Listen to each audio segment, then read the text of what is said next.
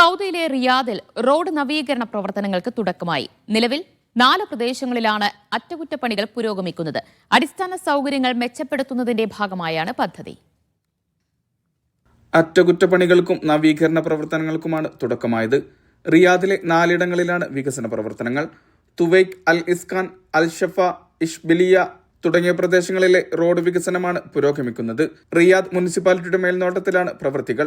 അടിസ്ഥാന സൗകര്യങ്ങൾ മെച്ചപ്പെടുത്തൽ, സുസ്ഥിര നഗരവികസനം, റോഡുകളുടെ ഗുണനിലവാരവും കാര്യക്ഷമതയും ഉയർത്തൽ, നഗരവാസികൾക്കും സന്ദർശകർക്കും സൗകര്യങ്ങൾ വർദ്ധിപ്പിക്കൽ തുടങ്ങിയവയുടെ ഭാഗമായാണ് നടപടി. അൽ ഇസ്കാൻ പ്രദേശത്ത് ഈ മാസം 14 മുതൽ 18 വരെയായിരിക്കും വികസന പ്രവർത്തനങ്ങൾ. ഈ മാസം 5 മുതൽ 31 വരെ തുവൈക്ക് പ്രദേശത്തും ഈ മാസം 6 മുതൽ സെപ്റ്റംബർ 6 വരെ ഇഷ്ബിലിയ പ്രദേശത്തെ റോഡുകളും വികസിപ്പിക്കും.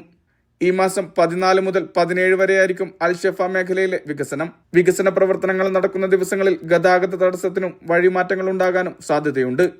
Mishal Cherpulassery, media 1, Riyadh.